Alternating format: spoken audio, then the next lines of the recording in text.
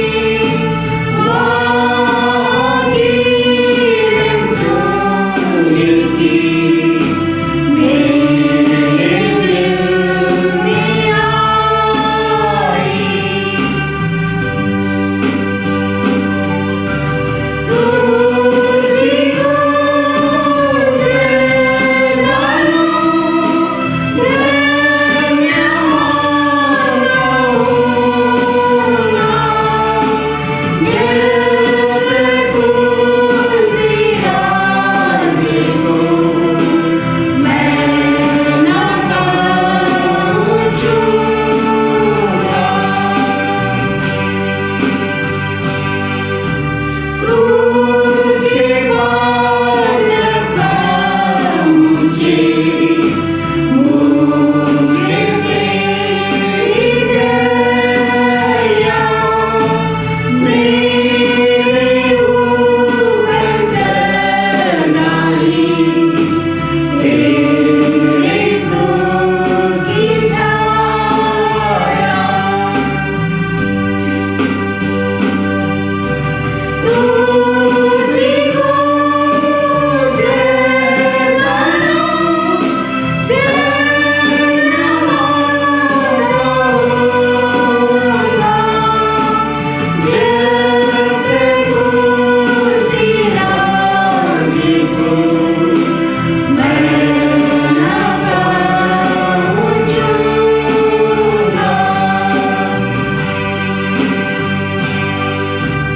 उसके पास मैं रहूँगा, भरोसा करके, जब तक मैं ना देखूँगा सुख तेरे घर के। उसी को सलाना धन्यवाद होगा, जब तक उसी राज को मैं ना पहुँचूँगा।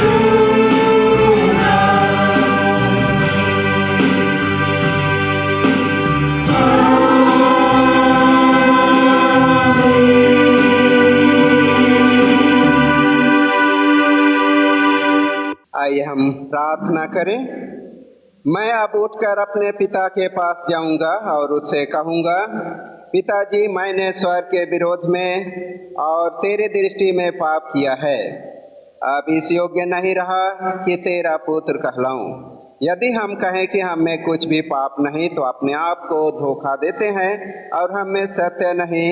यदि हम अपने पापों को मान लें तो हमारे पापों को क्षमा करने और हमें सब अधर्म से शुद्ध करने में विश्वास योग्य और धर्मी है। इसलिए हम पश्चाताप और विश्वास के साथ अपने पापों का अंगीकार करें। हम परमेश्वर की कृपा से उसकी आज्ञाओं का पालन करने का और सब लोगों के साथ मेल मिलाप और प्रेम से रहने का दृढ़ संकल्प करें। हम पाप अंगीकार की प्रार्थना हम एक साथ करें। हे सर्वशक्तिमान परमेश्वर, हमारे स्वर्गीय पिता, हमने मन, वचन और कर्म से तेरे विरोध और अपने साथियों के विरोध पाप किया है। हमने अपनी अज्ञानता और दुर्बलता के कारण और जानबूझकर भी बुराई की है और भलाई करने में असफल रहे हैं। इन सब पापों के लिए हम सचमुच खेदित हैं और अंतःकरण से पश्चाताप करते हैं। तेरे पुत्र यीशु ख्रिस्त ने हमारे लिए अपने प्राण दिए, उसी के कारण हमने जो पाप किए हैं उनको क्षमा कर और यह वर दे कि भविष्य में हम नया जीवन पाकर सदा तेरी सेवा करें, ताकि तेरे पवित्र नाम की महिमा हो। आमीन। सर्वशक्तिमान परमेश्वर उन सबको क्षमा करता है जो अपने साथियों को क्षमा करते और सच्चा पश्चाताप करते हैं। वह आप पर दया करे, आपके सब पापों को क्षमा करे और उन सब सबों को छुटकारा दे, सब भले कामों में आपको स्थिर और सबल करे और शाश्वत जीवन में बनाए रखे। आमीन। परमेश्वर का धन्यवाद हो। हम प्रार्थना करें। हे प्रभु, हम पर दया कर। हे ख्रिस्त, हम पर दया कर। हे प्रभु, हम पर दया कर। हे हमारे पिता, तू जो स्वर्ग में है, तेरा नाम पवित्र माना जाए, तेरा राज आए, तेरी इच्छा जैसे स्वर्ग में पूर्ण होती है वैसे पृथ्वी पर भी हो। हमारे दिन भर की रोटी आज हमें दे और हमारे अपराधों को क्षमा कर, जैसे हमने भी अपने अपराधियों को क्षमा किया है। और हमें परीक्षा में ना डाल, परंतु बुराई से बचा, क्योंकि राज, पराक्रम और महिमा अब और सर्वदा तेरी ही है। आमीन। हम इस समय पाठ सुनने से पहले हम गीत गाएंगे। गीत नंबर 167, हिम नंबर 167।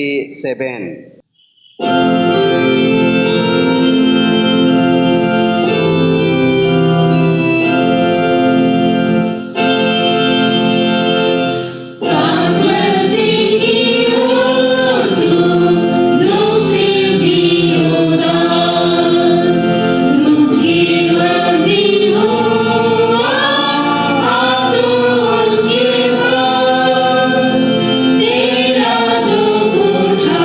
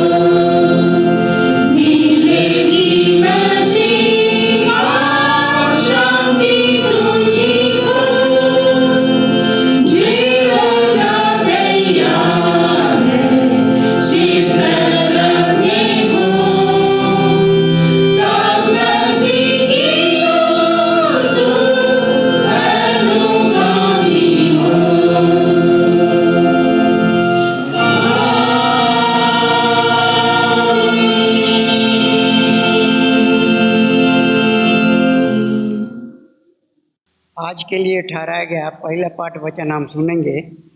यशायाह नबी की पुस्तक उसका 53वां अध्याय पहले पद से चौथे पद और 10वें और 11वें पद। यशायाह नबी की पुस्तक उसका 53वां अध्याय पहले पद से चौथे पद और 10वें से 11वें पद तक। जो समाचार हमें दिया गया उसका किसने विश्वास किया और यहोवा का भुजबल किस पर प्रकट हुआ, क्योंकि वह उसके सामने अंकुर के समान और ऐसी जड़ के समान उगा जो निर्जल भूमि में फूट निकले। उसकी ना तो कोई सुंदरता थी कि हम उसको देखते और न उसका रूप ही हमें ऐसा दिखाई पड़ा कि हम उसको चाहते। वह तुझ जाना जाता और मनुष्यों का त्यागा हुआ था। वह दुखी पुरुष था, रोग से उसकी जान पहचान थी और लोग उससे मुख फेर लेते थे। वह तुझ जाना गया और हमने उसका मूल्य ना जाना।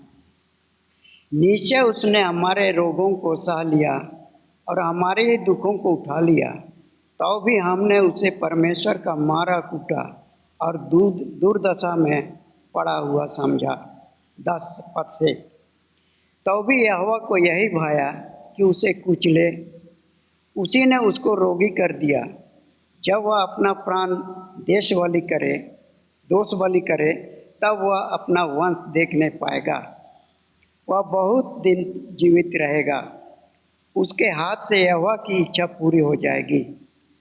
वह अपने प्राणों का दुख उठाकर उसे देखेगा और तृप्त होगा। अपने ज्ञान के द्वारा मेरा धर्मी दास बहुतेरों को धर्मी ठहराएगा और उनके अधर्म के कामों का बोझ आप उठा लेगा। यह परमेश्वर का वचन है। परमेश्वर का धन्यवाद हो। आइए हम दूसरा पाठ सुनेंगे। कुरिन्थियों के नाम पौलुस प्रेरित की दूसरी पत्री उसका 4था अध्याय 7 से 14 पद तक। दूसरा कुरिन्थी 4था अध्याय 7 से 14 पद तक। परंतु हमारे पास वह धन मिट्टी के बर्तनों में रखा है कि यह असीम सामर्थ हमारी ओर से नहीं वरन परमेश्वर ही की ओर से ठहरे।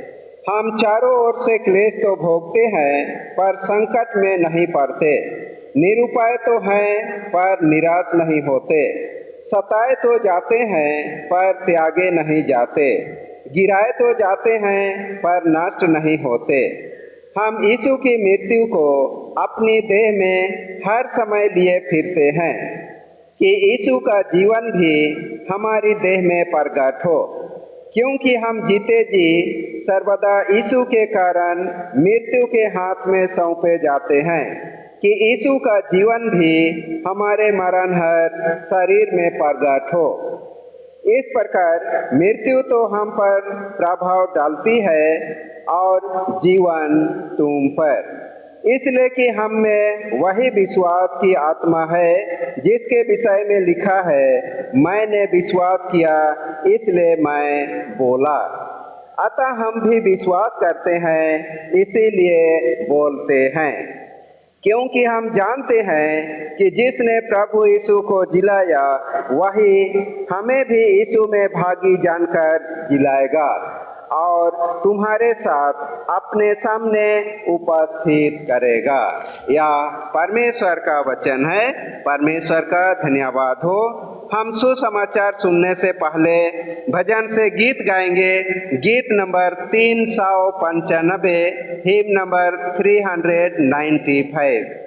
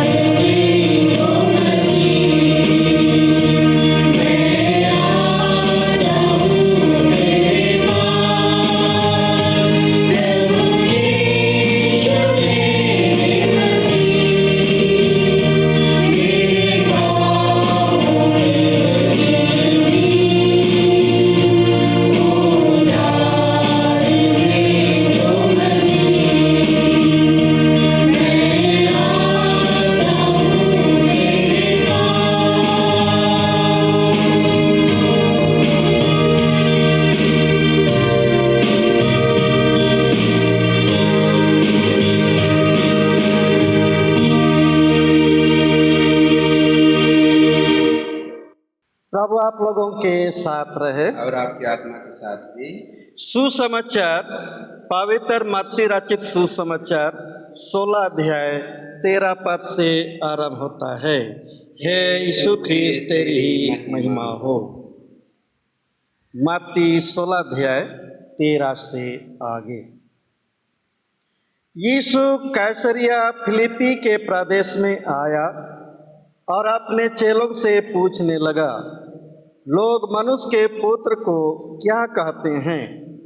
उन्होंने कहा, कुछ तो यूहन्ना बपतिस्मा देने वाला कहते हैं, और कुछ एलिया, और कुछ यर्मिया या भविष्यद्वक्ताओं में से कोई एक कहते हैं। उसने उनसे कहा, परंतु तुम मुझे क्या कहते हो? शमौन पतरस ने उत्तर दिया, तू जीवते परमेश्वर का पुत्र मसीह है।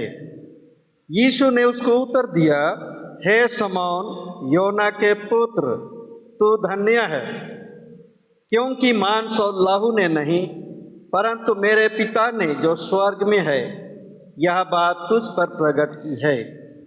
और मैं भी तुझसे कहता हूँ कि तू पतरस है, और मैं इस पत्थर पर अपनी कलीसिया बनाऊंगा, और अधोलोक के फाटक उस पर प्रबल ना होंगे। मैं तुझे स्वर्ग के राज की कुंजियाँ दूंगा, और जो कुछ तू पृथ्वी पर बांधेगा वह स्वर्ग में बंधेगा, और जो कुछ तू पृथ्वी पर खोलेगा वह स्वर्ग में खुलेगा। तब उसने चेलों को चिताया कि किसी से ना कहना कि मैं मसीह हूँ।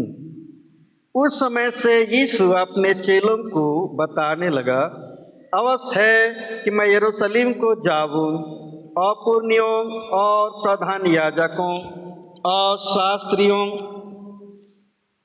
के हाथ से बहुत दुख उठाऊँ और मार डाला जाऊँ, तीसरे दिन जी उठूँ। इस पर पतरस उससे अलग ले जाकर झिड़कने लगा, हे प्रभु, परमेश्वर ना करे, तेरे साथ ऐसा कभी ना होगा। यीशु ने मुड़कर पतरस से कहा, हे शैतान, मेरे सामने से दूर हो, तू मेरे लिए ठोकर का कारण है, क्योंकि तू परमेश्वर की बातों पर नहीं परंतु मनुष्यों की बातों पर मन लगाता है।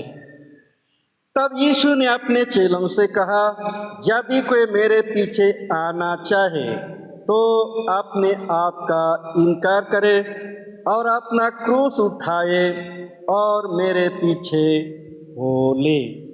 या ख्रिस्ट का सुसमाचार है। हे प्रभु यीशु, तेरी ही स्तुति हो।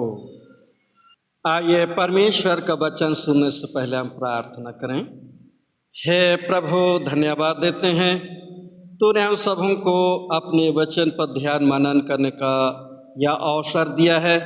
हर एक के अंतःकरण को खोल दे कि हम तेरे वचन को पढ़ सकें, सुन सकें, ग्रहण कर सकें और हमारा जीवन तेरे महिमा की योग्य बना रहे।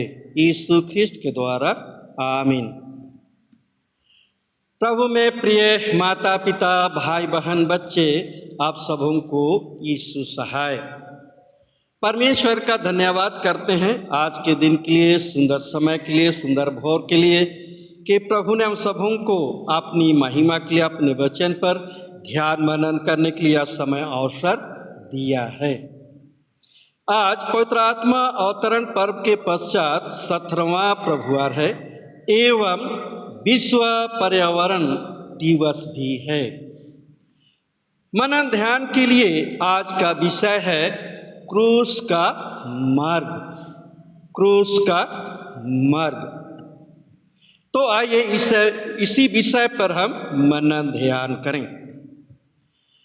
तब यीशु ने अपने चेलों से कहा, यदि कोई मेरे पीछे आना चाहे तो अपने आप का इनकार करे और अपना क्रूस उठाए और मेरे पीछे हो ले। यशायाह भविष्यद्वक्ता ने अपनी पुस्तक में एक मार्ग का जिक्र किया है। उसने कहा है, वहाँ एक सड़क अर्थात राजमार्ग होगा, उसका नाम पवित्र मार्ग होगा। यशायाह की पुस्तक 35 अध्याय 8वां पद।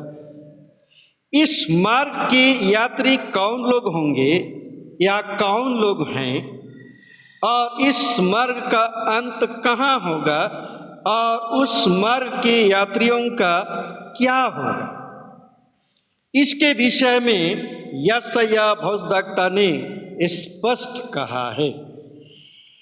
कोई अशुद्ध जन उस पर से ना चलने पाएगा, वह तो उन्हीं के लिए रहेगा, और उस मार्ग पर जो चलेंगे वे चाहे मूर्ख भी हो तो भी कभी ना भटकेंगे।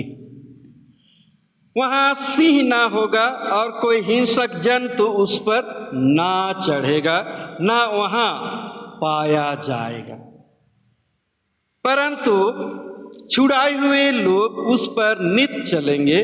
उस मार्ग का अंत सियोन है, अर्थात परमेश्वर का राज्य। क्योंकि वचन में कहा गया है, यहोवा के छुड़ाए हुए लोग लौटकर जय जयकार करते हुए सियोन में आएंगे, और उनके सिर पर सदा का आनंद होगा। वे हर्ष और आनंद पाएंगे, और शोक और लंबी सांस का लेना जाता रहेगा। इसी बात को प्रकाशित वाक्य 21 अध्याय 4 पद में भी यूहन्ना ने कहा, वह उनकी आंखों से सब आंसू पोंछ डालेगा, और इसके बाद मृत्यु ना रहेगी, और ना शोक, ना विलाप, ना पीड़ा रहेगी, पहली बातें जाती रहीं। उस पवित्र मार्ग के यात्री पवित्र और धर्मी लोग होंगे, और वे सियोन अर्थात परमेश्वर के राज में पहुंचेंगे। वे वहां सदा का आनंद पाएंगे। यीशु ने भी अपने शिक्षा देने के क्रम में 2 मार्ग का जिक्र किया है। मत्ती 7 अध्याय 13 और 14 पद में, साकेत फाटक से प्रवेश करो, क्योंकि चौड़ा है वह फाटक और सरल है वह मार्ग जो विनाश को पहुंचाता है, और बहुत से हैं जो उससे प्रवेश करते हैं। क्योंकि साकेत है वह फाटक और कठिन है वह मार्ग जो जीवन को पहुंचाता है, और थोड़े हैं जो उससे पाते हैं। अपने वचन में यीशु ने बताया कि सरल मार्ग के यात्री बहुत होंगे, और वे चौड़े फाटक से होकर विनाश में यानी नरक में प्रवेश करेंगे, और वे अनंत दंड पाएंगे। दूसरा मार्ग कठिन है, इसलिए उस मार्ग के यात्री थोड़े होंगे। वे बड़ी कठिनाइयों का सामना करते हुए आगे बढ़ेंगे, और उस साकेत फाटक से होकर परमेश्वर के राज में प्रवेश करेंगे। वे वहां अनंत जीवन पाएंगे। इसीलिए यीशु ने कहा, क्योंकि बुलाए हुए तो बहुत हैं, परंतु चुने हुए थोड़े हैं। मत्ती 22 अध्याय का 14 पद। यीशु ने अपने विषय में कहा, यूहन्ना 14 अध्याय का 6 पद में, यीशु ने चेलों से कहा, मार्ग मैं ही हूँ, बिना मेरे द्वारा कोई पिता के पास नहीं पहुँच सकता। जो कोई पिता अर्थात परमेश्वर के पास पहुँचना चाहता है, उसके लिए एक ही मार्ग है, और वह है यीशु। यीशु एक ऐसा मार्ग है जो सकरा और कठिन है, फिर भी इस मार्ग में सच्चाई और जीवन है। रोमी सम्राट के शासन काल में जिस अपराधी को क्रूस पर मृत्यु दंड सुनाया जाता था, तो अपराधी को स्वयं अपना क्रूस उठाना या ढोना पड़ता था। जब पिलातुस ने यीशु को क्रूस पर मृत्यु दंड देने की अनुमति दी तो यीशु अपना क्रूस उठाकर गलगथा पहाड़ की ओर बढ़ा। यीशु का क्रूस का मार्ग पिलातुस के घर से आरंभ हुआ और गलगथा पहाड़ पर अंत हुआ, जहां यीशु को मृत्यु दंड दिया गया। यीशु का अंतिम जीवन बहुत ही कष्टमय था। अतः जितने यीशु में विश्वास और धार्मिकता का जीवन बिताना चाहते हैं, उन्हें कठिनाई और कष्टों का सामना करना पड़ता है। जबकि यीशु में कोई दोष नहीं पाया गया, फिर भी उन्हें क्रूस पर मृत्यु दंड दिया गया। इसीलिए पवित्र पौलुस कहता है, पर जितने मसीह यीशु में भक्ति के साथ जीवन बिताना चाहते हैं, वे सब सताए जाएंगे। 2 तिमोथी 3 अध्याय का 12वां पद। यीशु ने भी अपने चेलों से कहा, यदि उन्होंने मुझे सताया तो तुम्हें भी सताएंगे। क्रूस का मार्ग सरल नहीं, पर सकरा और कष्टों से भरा है। यीशु ने अपने चेलों से कहा, यदि कोई मेरे पीछे आना चाहे तो अपने आप का इनकार करे और अपना क्रूस उठाए और मेरे पीछे हो ले। मत्ती ने अपना सुसमाचार ईस्वी सन 80 और 90 के बीच में लिखा। वह बड़े कठोर सताव के दिनों में अपने सुसमाचार की रचना कर रहा था, जिस समय आरंभिक कलीसिया में प्रेरितों और विश्वासियों को सताया जा रहा था। ऐसी परिस्थिति में यीशु के वचन से विश्वासियों को विश्वास में दृढ़ और स्थिर करना आवश्यक था।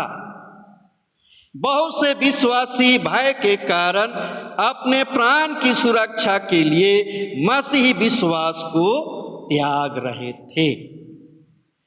ऐसे लोगों को विश्वास का फल क्या मिलेगा, प्रबलता के साथ बताना आवश्यक था। आज भी बहुत से विश्वासियों को कहा जाता है कि तुम्हें समाज से बाहर कर दिया जाए, जमीन जायदाद से बेदखल कर दिया जाए, आदि बातों से डराया जाता है। ऐसी परिस्थिति में बहुत से कमजोर विश्वासी मसीही विश्वास को त्याग रहे हैं। यीशु ने बार बार मनुष्यों के सामने ख्रिस्तीय जीवन की चुनौती को प्रस्तुत किया है। आइए हम लोग देखते हैं मत्ती 10 अध्याय 37 से 39 पद में यीशु की चुनौती है।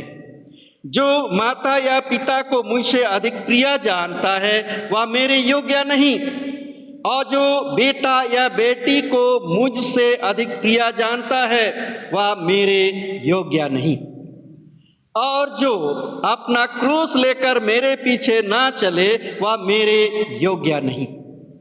जो अपने प्राण बचाता है वह उसे खोएगा, और जो मेरे कारण अपना प्राण खोता है वह उससे पुनः पाएगा।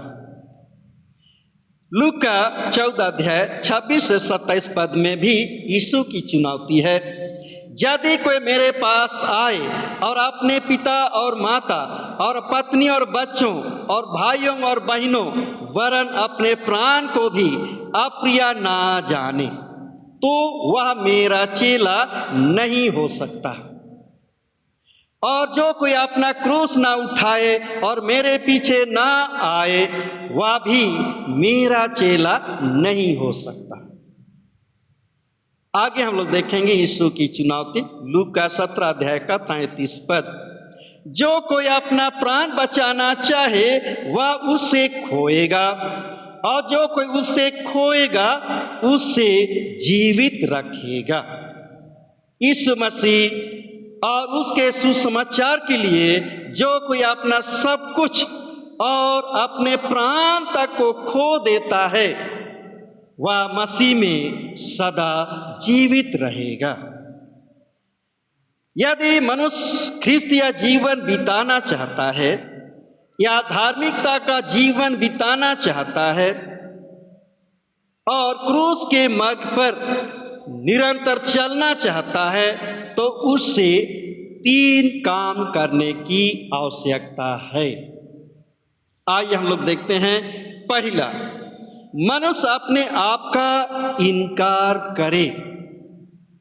साधारणतया हम आत्म इनकार शब्द का प्रयोग सीमित अर्थ में करते हैं। हम इसका यह अर्थ लगाते हैं कि हम कुछ चीज़ों के बिना रहें, कुछ चीज़ें छोड़ दें। उदाहरण के लिए उपवास काल में हम कुछ आराम की या विलास की चीज़ों को छोड़ देते हैं कि उनसे जो पैसा बचे वह किसी भले कार्य के लिए दिया जाए। परंतु अपने आप को इनकार करने के विचार में यीशु का भाव इससे कहीं अधिक था। अपने आप को इनकार करने का मतलब है कि हम अपने आप को ना कहें और परमेश्वर को हाँ कहें। जीवन का मूल सिद्धांत यह होना चाहिए, मैं अपने लिए नहीं परंतु परमेश्वर के लिए जीता हूँ या काम करता हूँ। जैसा कि यीशु ने सारी मानव जाति के लिए अपना सब कुछ को न्यौछावर कर दिया। पवित्र पौलुस यीशु और उनके सुसमाचार के लिए अपने आप को इनकार कर दिया और अपना क्रूस उठाकर यीशु के पीछे हो लिया। दूसरा, ख्रिस्तीय जीवन बिताने के लिए मनुष्य को क्रूस उठाना है। ख्रिस्तीय जीवन बलिदान पूर्ण सेवा का जीवन है। ख्रिस्त की सेवा के लिए एक विश्वासी को अपनी उच्च आकांक्षाओं को त्यागना पड़ता है। यशायाह 53 अध्याय 10 और 11 पद में यीशु के लिए जैसा कहा गया है, तो भी यहोवा को यही भाया कि उससे कुचले, उसी ने उसको रोगी कर दिया। जब वह अपना प्राण दोष बलि करे तब वह अपना वंश देखने पाएगा, वह बहुत दिन जीवित रहेगा, उसके हाथ से यहोवा की इच्छा पूरी हो जाए। वह अपने प्राणों का दुख उठाकर उसे देखेगा और तृप्त होगा।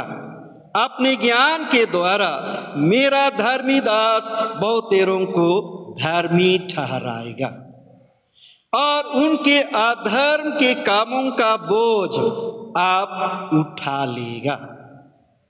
यदि कोई विश्वासी जन अपने सह मनुष्यों की सेवा के द्वारा परमेश्वर की सेवा करना चाहता है तो उसे अपना समय, आराम, अवकाश प्रभु के लिए खोना पड़ेगा।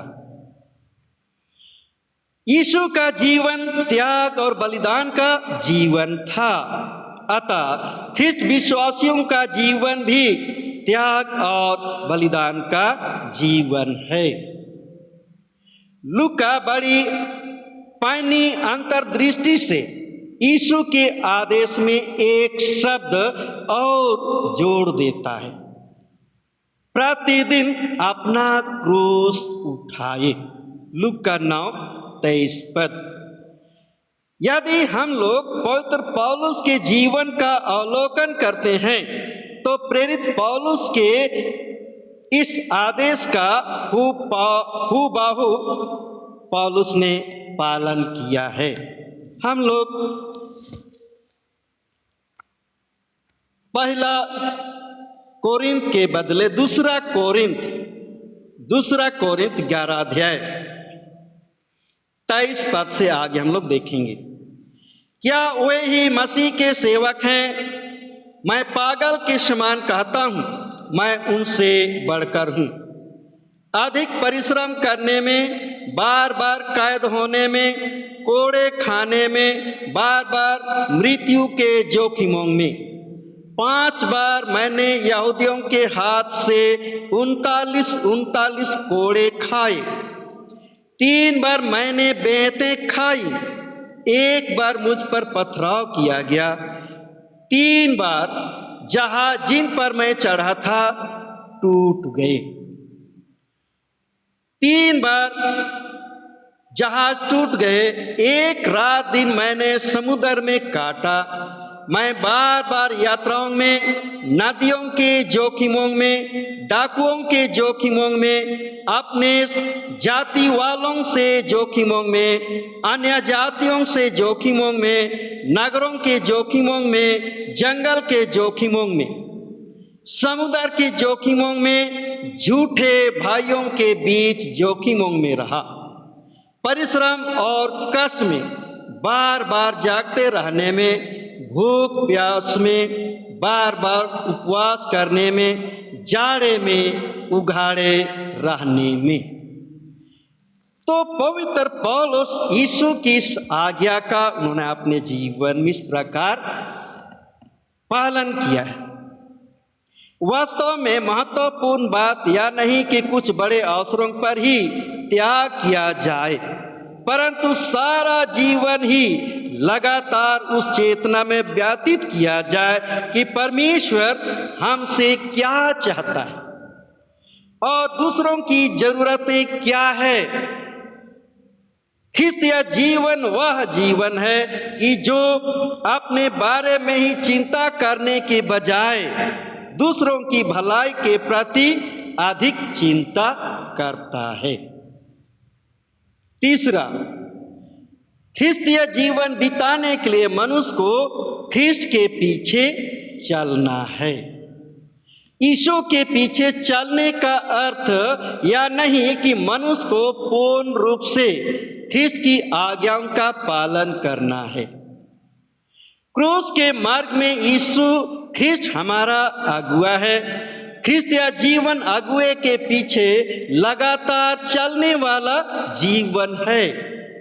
मन, वचन और कर्म से सदा अपने अगुए की आज्ञाओं का पालन करना है। ख्रिस्तीय जन यीशु के चरण चिन्हों पर चलता है। जहां कहीं ख्रिस्ट उसे ले जाए वह यीशु के पीछे चलता है। हम लोग यीशु के चेलों और प्रेरितों के जीवन में इन सारी बातों को देखते हैं। यीशु के पीछे चलने का दूसरा तरीका है नियमित प्रार्थना करना, बाइबल का अध्ययन करना, परमेश्वर की स्तुति और महिमा में मन लगाना, सांसारिक चिंताओं से निकलकर आत्मिक बातों पर ध्यान करना और प्रतिदिन परमेश्वर की संगति करना। यीशु ही हमारे क्रूस का मार्ग है। हमारे क्रूस का मार्ग का आरंभ इस पापमय संसार से आरंभ होता है और अंत परमेश्वर के राज और अनंत जीवन में होता है। अतः हमें अपना क्रूस प्रतिदिन उठाकर विश्वास में मजबूत होकर क्रूस मार्ग पर निरंतर आगे बढ़ते जाना है। मार्ग में हमें कई कठिनाई एवं कष्टों का सामना निश्चय करना होगा। हमें आत्मत्याग और बलिदान के रूप में अपने प्राणों की आहुति देने के लिए हमेशा हमें तैयार रहना है। क्रूस का मार्ग हमारे लिए कठिन है। क्रूस रूपी साकेत फाटक से परमेश्वर के राज और अनंत जीवन में हमें प्रवेश करना है। तो आइए हम प्रतिदिन अपना क्रूस उठाएं और क्रूस मार्ग पर प्रतिदिन हम आगे बढ़ते जाएं कि अंत को हम अनंत जीवन के अधिकारी हो जाएं। प्रभु आप सबों को आशीष दे। आइए हम प्रार्थना करें। हे पिता परमेश्वर, तूने अपने वचन के द्वारा हम सबों को क्रूस का मार्ग के विषय में बताया है, सिखाया है, समझाया है। प्रभु, हमने जिन बातों को, जिन वचनों को हमने सुना, मनन, ध्यान किया है, हर एक हृदय में तू ही लिख दे और हमेशा हमें स्मरण कराता रह, ताकि प्रभु पूरे जीवन पर्यंत हम तेरे क्रूस के मार्ग पर निरंतर बढ़ते रहें और अंत को हम तेरे राज में प्रवेश करें। यीशु ख्रिस्ट के द्वारा आमीन। इस समय हम लोग एक गीत गाएंगे, 189, हिम नंबर 189, और इसी समय हम लोग दान अर्पण करेंगे।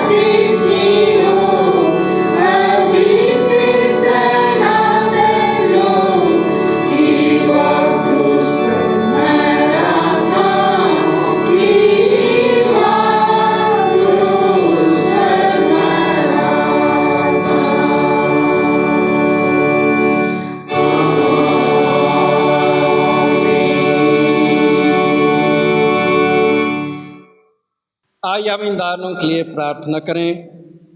हे पिता परमेश्वर, तूने हम मनुष्य जाति के लिए सब कुछ प्रबंध किया है और प्रतिदिन हमारे जीवन की आवश्यकता के अनुसार हम सबों को अपने आशीषों की भरपूरी देता है।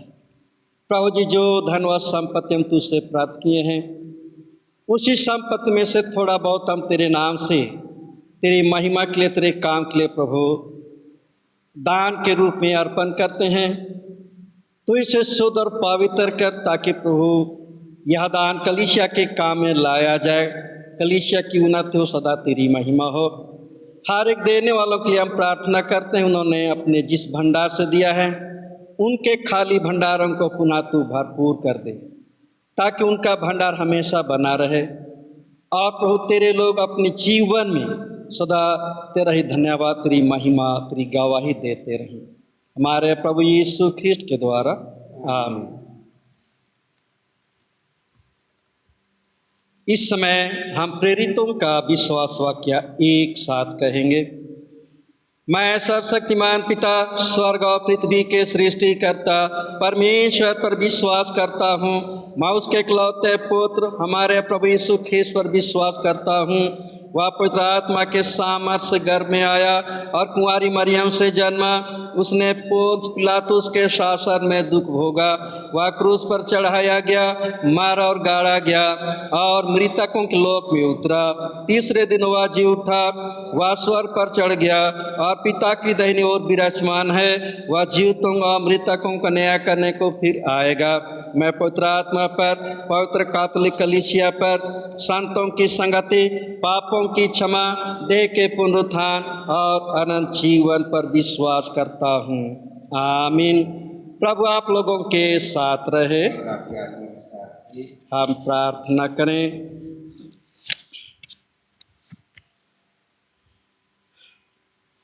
आज पवित्र आत्मा अवतरण पर्व के पश्चात 17वां प्रभुवार है।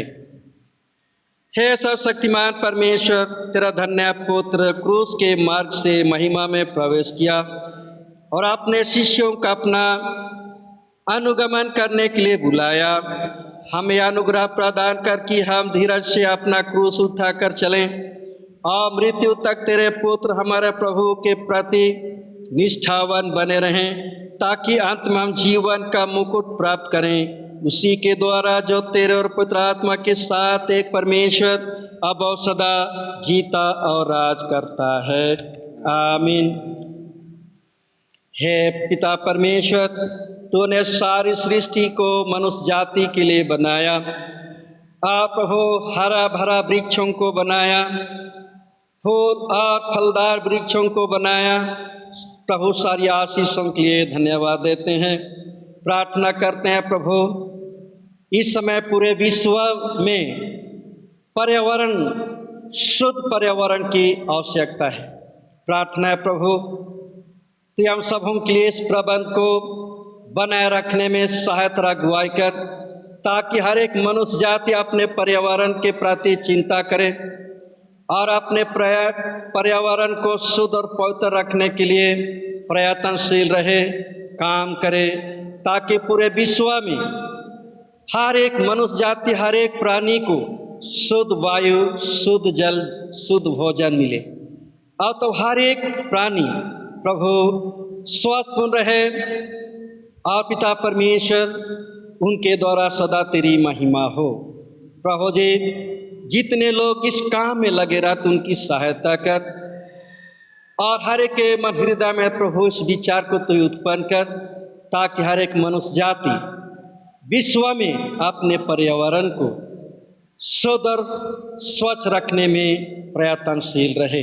हमारे प्रभु यीशु ख्रिस्ट के द्वारा, आमीन। हे परमेश्वर, तू सबका पिता है। स्वर्ग का समस्त समुदाय तेरा गुणगान करते हैं। वर दे कि समस्त मानव जाति भी तेरी आराधना करे। सब राष्ट्र तेरी आज्ञाओं का पालन करें, सब भाषाएं तुझको स्वीकारें और सब लोग तुझसे प्रेम करें, तेरी सेवा करें और तुझ में पूर्ण शांति प्राप्त करें। हमारे प्रभु यीशु ख्रिस्ट के द्वारा, आमीन। हम प्रार्थना करें। हे प्रातः के सृजनहार, तो अंधकार को दूर करके जगत को प्रकाश में ले आया है। हमारे मध्य से पाप के अंधकार मिटा दे। हमारे हृदय में अपने सत्य का प्रकाश उत्पन्न कर और हमारे हाथों को भले कार्य करने के लिए सबल बना। तेरा पुत्र यीशु ख्रिस्त सत्य ज्योति है, उसी के द्वारा तो हमें प्रकाश और आनंद प्रदान कर। आमीन। हे अनंत परमेश्वर पिता, तेरी सामर्थ से हमारी सृष्टि हुई है, आप तेरे प्रेम द्वारा हमारा उद्धार हुआ, तो अपने पुत्र आत्मा के द्वारा हमारा मार्गदर्शन कर और हमें सबल बना कि आज हम अपने आप को तेरे प्रेम से तेरी और एक दूसरे की सेवा में अर्पण करें। आमीन। हे पिता परमेश्वर, धन्यवाद देते हैं रात और तूने हम सबों का अपनी सुरक्षा में रखा, सुख और चैन की नींद सोने दिया, तूने आज का दिन हमें देखने दिया। प्रार्थना प्रभु दिन भर हम सबों का अपनी सुरक्षा में रख, खतरा की जोखिम घटनाओं से, शैतान की परीक्षाओं से, रोग बीमारी अचानक मृत्यु से हमारी रखवाली कर। दिन भर के सारे कामों में हमारी सहायता अगुवाई कर। तू हमें ज्ञान और बुद्धि और शक्ति और सामर्थ दे कि प्रभु दिन भर के एक कामों को तेरी सहायता संग संपन्न करें और पिता परमेश्वर स्वस्थ रहकर आनंद के साथ आज के दिन को बिताएं और आने वाले दिन, आने वाले जीवन में तेरी महिमा, तेरा धन्यवाद करने वाले, तेरे काम करने वाले बने रहें। हे प्रभु, हम प्रार्थना करते हैं प्रभु जी, आज के दिन एक एक प्रियजनों को तेरे पवित्र हाथ में समर्पित करते हैं, जहाँ से दूर हो या निकट हो, देश में या परदेश में हो, जहाँ कहीं भी हैं प्रभु, हर एक को तेरे पवित्र हाथ में समर्पित करते हैं कि आज के दिन हम में से हर एक के प्रियजन प्रभु सुख और चैन से रहें और सारे कामों को भली भांति कर पाए। हे प्रभु, हम प्रार्थना करते हैं जितने बीमार में हैं, आप पीड़ा में हैं, कोरोना वायरस से संक्रमित हैं, ऐसे लोगों को तेरे पवित्र हाथ में समर्पित करते हैं। प्रभु का तो अपना अनुग्रह दे, सेवा में लगे हुए डॉक्टरों नर्सों को तू सहायता कर, वे सुरक्षित रहें, स्वस्थ रहें और ऐसे लोगों की सेवा कर सकें कि प्रभु तेरी सहायता से लोग तुझसे स्वस्थ और चंगा जीवन को पाए। सत्रह धन्यवाद करें, तेरी महिमा करें। हे प्रभु, हम प्रार्थना करते हैं इसी कोरोना वायरस को तू नाश कर और इस महामारी को मानव जाति के बीच से दूर कर, शैतान दुष्ट आत्मा के सारे कामों को बंद कर, ताकि जितने भय व शांति में जीवन व्यतीत करते हैं ऐसे लोग तुझसे शांति और आनंद का जीवन पाए, उनके द्वारा सदा तेरी महिमा हो। हे प्रभु, हम प्रार्थना करते हैं जितने प्रभु बुजुर्ग जन हैं उनको तो स्वस्थ जीवन दे और प्रभु हमारे देश पर अनुग्रह कर, हमारे राष्ट्रपति, प्रधानमंत्री, हमारे राज्यपाल, मुख्यमंत्री, हमारे DCSP और जितने हमारे प्रियजन प्रभु अन्य अन्य विभाग में, अन्य अन्य क्षेत्रों में काम करते, उनकी सहायता अगुवाई कर, ताकि उनके भले काम से देश को उन्नति और लोगों का मन चैन का जीवन मिले।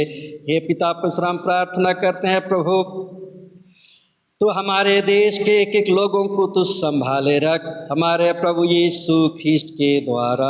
आमीन। हे पिता परमेश्वर, हम प्रार्थना करते हैं प्रभु जी हमारे छोटनागपुर डायसिस के लिए और हमारे टाटा नगर पास्त्रेत के लिए, आप पूरे कलीसिया और सारे अगुओं के लिए, सभी पुरोहितों के लिए, डीकन, प्रचारक, लेमेन के लिए हम प्रार्थना करते हैं कि प्रभु जब किस समय डायसिस अस्थिर होने के कारण से प्रभु कई लोग पिता परमेश्वर सोच में हैं, आप प्रभु शंका में हैं, हमारी प्रार्थना कि तू अपने अगुओं की तू सहायता कर, इस परिस्थिति में भी वे तेरे लोगों को एकजुट कर सकें और तेरे विश्वास स्थिर रख सकें। और पिता परमेश्वर, हमारी इस कलीसिया को तू ही स्थिर कर, जितने लोग इस काम में लगे हुए उनकी सहायता कर, ताकि प्रभु समय के पूर्णता में यह कि स्थिर कलीसिया हो, कलीसिया के भाई बहन बच्चों के द्वारा सदा तेरी महिमा हो।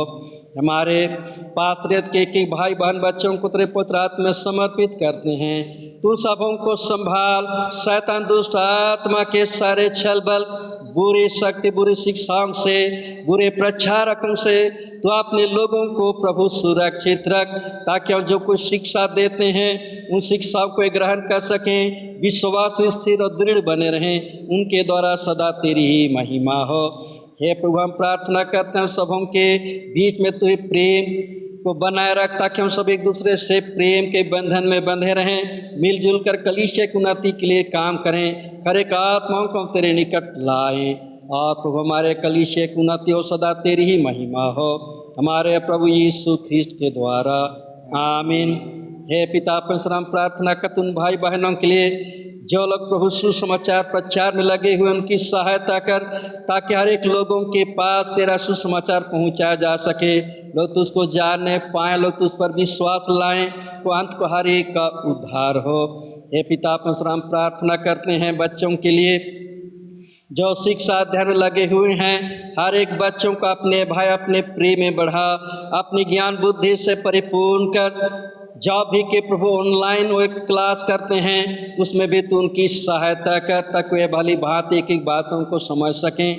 प्रभु ने स्मरण शक्ति दे, समझ और बुद्धि दे, ताकि समय पर वे तेरे दास दासी होकर अपने जीवन में तेरी इच्छा तेरे कामों को पूरा करें।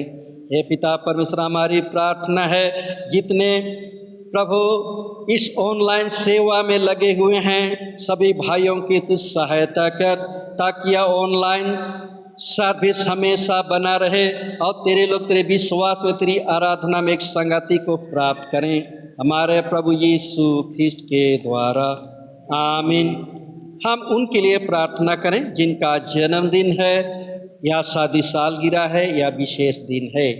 हे पिता परमेश्वर, जितने भाई बहन बच्चे आज अपने जन्मदिन को मनाते हैं, शादी सालगिरह मनाते हैं, या उनके लिए एक विशेष अवसर है, विशेष दिन है, प्रभु उनके बीते जीवन के एक आशीषों के लिए धन्यवाद देते हैं। साथ ही हम प्रार्थना करते हैं जब वे नए वर्ष में प्रवेश कर गए हैं प्रभु, यह वर्ष उनके लिए आनंदमय हो, आशीषमय हो, कि प्रभु सब लोग तेरी सुरक्षा में रहें, स्वस्थ रहें, और प्रभु इस वर्ष में भी उनके द्वारा तेरी महिमा धन्यवाद हो। हर एक को प्रभु अपनी आशीषों की भरपूरी दे, हमारे प्रभु यीशु ख्रिस्ट के द्वारा, आमीन। हे सर्वशक्तिमान परमेश्वर, तूने हमें ऐसा अनुग्रह दिया कि हमने इस समय एकचित होकर तुझसे अपनी साधारण विनतियाँ की हैं, और तू प्रतिज्ञा करता है जब 2 व 3 मेरे नाम पर इकट्ठे हों तब मैं उनका मांगा भर दूंगा। अब हे प्रभु, अपने दासों के मनोरथ और विनतियाँ इस रीति से पूर्ण कर जिससे उनका परम लाभ हो। इस लोक में अपने सत्य का ज्ञान और परलोक में अनंत जीवन हमें दान दे, आमीन। हम सर्वशक्तिमान परमेश्वर पिता, पुत्र, पवित्र आत्मा की आशीष सब पर हो और आप सबों के साथ सर्वदा रहे, आमीन। सबको यीशु सहाय।